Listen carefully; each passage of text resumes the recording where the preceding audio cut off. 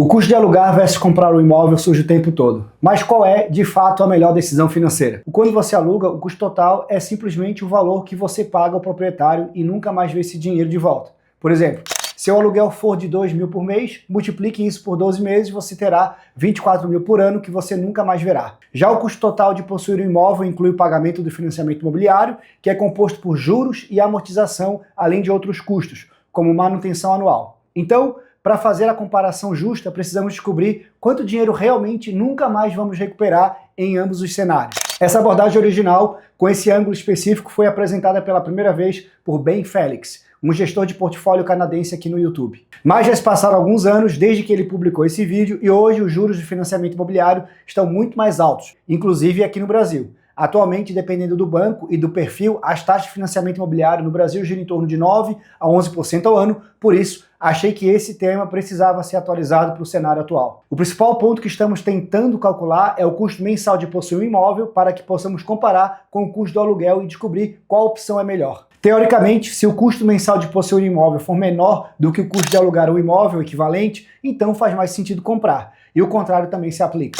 Ben afirma que existem 3 componentes principais na posse de um imóvel: imposto sobre a propriedade, custo de manutenção, pagamento do financiamento imobiliário. O pagamento do financiamento será dividido em 2 componentes, que vamos discutir hoje. Todos esses custos estão associados à posse do imóvel e não existem para quem aluga. Primeiro, precisamos falar sobre o imposto sobre propriedade. No Brasil, isso se chama IPTU. Sempre que você possui um imóvel, precisa pagar ao município uma porcentagem do valor desse imóvel todos os anos. A média do IPTU no Brasil varia bastante de cidade para cidade, mas vamos usar 1% do valor do imóvel por ano como referência para simplificar o exemplo. Vamos usar o exemplo de um imóvel de 500 mil. Nesse caso, você pagaria aproximadamente 5 mil por ano de IPTU, dinheiro que você nunca mais verá de volta. O próximo custo é a manutenção. Especialistas recomendam reservar entre 1 a 2% do valor do imóvel por ano para manutenção. Pode ser mais se o imóvel for antigo. Para simplificar, vamos usar 1%. Isso significa que a manutenção anual de um imóvel de 500 mil seria aproximadamente 5 mil por ano.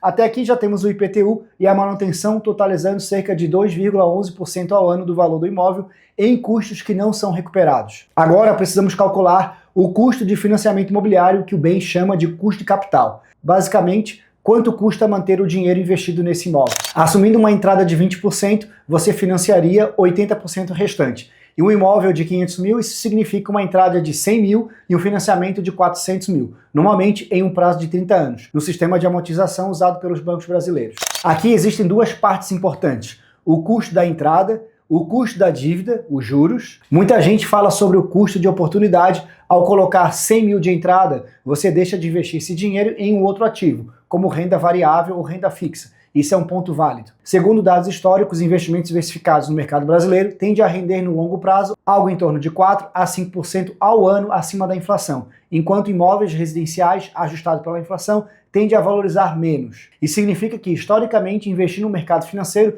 tende a superar a valorização imobiliária em algo próximo de 5% ao ano.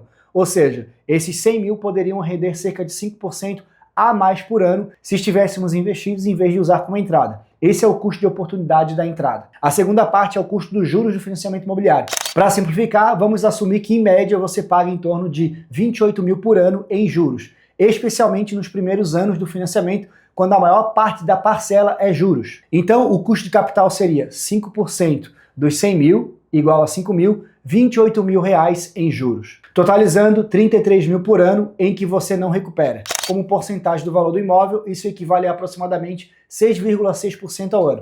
Agora somamos tudo: 1,11% de IPTU, 1% de manutenção, 6,6% de custo de capital. Total, 8,71% ao ano. Essa é, na prática, a regra dos 8,71%.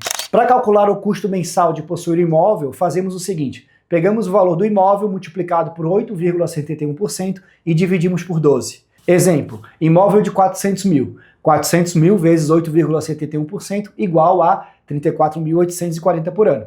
34.840 dividido por 12 igual a 2.903 por mês. Se for possível alugar um imóvel equivalente por menos de 2.903 por mês, isso favorece o aluguel. Agora, essa regra é simples, mas ela tem falhas. Primeiro, seres humanos não são perfeitamente racionais. Só porque existe o custo de oportunidade, não significa que quem aluga vai investir perfeitamente os 100 mil da entrada.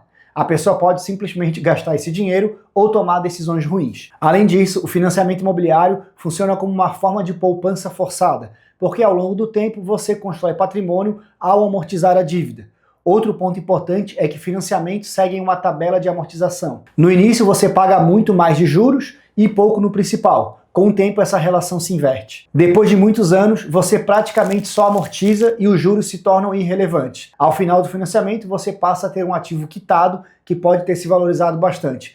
Também existem benefícios fiscais indiretos, dependendo do uso do imóvel e da legislação vigente. Agora, algumas vantagens de possuir um imóvel. Pagamentos mais previsíveis, especialmente em financiamentos com taxa fixa, mais controle sobre o imóvel, segurança contra despejo, a inflação trabalha a seu favor, pois a parcela fica relativamente mais barata ao longo do tempo, e potencial de valorização do imóvel. Um exemplo extremo, se alguém tivesse um financiamento com parcela fixa de R$300 por mês há 40 ou 50 anos, hoje esse valor seria irrisório frente à renda atual. Também existe casos de grande valorização. Um imóvel comprado por 600 mil décadas atrás pode hoje valer mais de 3 milhões, dependendo da localização. Mas possuir imóvel não é só matemática. Para muitas pessoas, isso traz segurança, estabilidade e tranquilidade para a aposentadoria. Agora, vantagens de alugar. Flexibilidade para mudar, nenhuma preocupação com IPTU ou manutenção, simplicidade, acesso a comodidades como academia, piscina, portaria e segurança.